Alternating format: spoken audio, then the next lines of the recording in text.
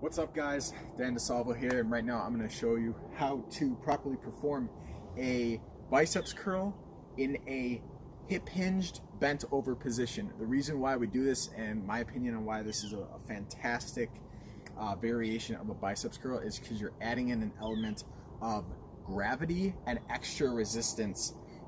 Having the arms hanging low, it adds more of an element of that outside resistance to further emphasize that bicep curl. So how we begin, first, before the dumbbells, I'm going to include a link in the description to my hip hinge instructional video. But the hip hinge is very simple. It could be any variation of hinging over at the hips. We keep a slight bend in our knees, and it's all about our butt going backwards, keeping a flat back.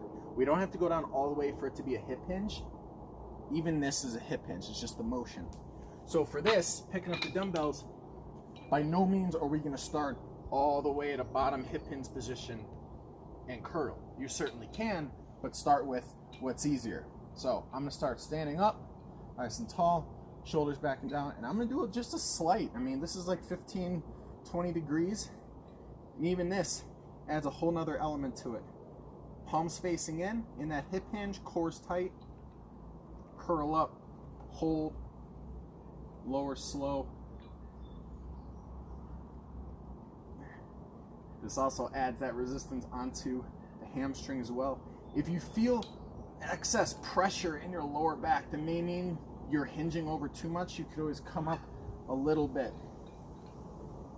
So even this, I'm hinged over. So we squeeze at the top, lower slow, and again, make sure you watch that video in the description for instructions for just a basic hip hinge without dumbbells. So check out my channel for more simple, effective, to the point how-tos on a variety of exercises. All right, we'll talk soon.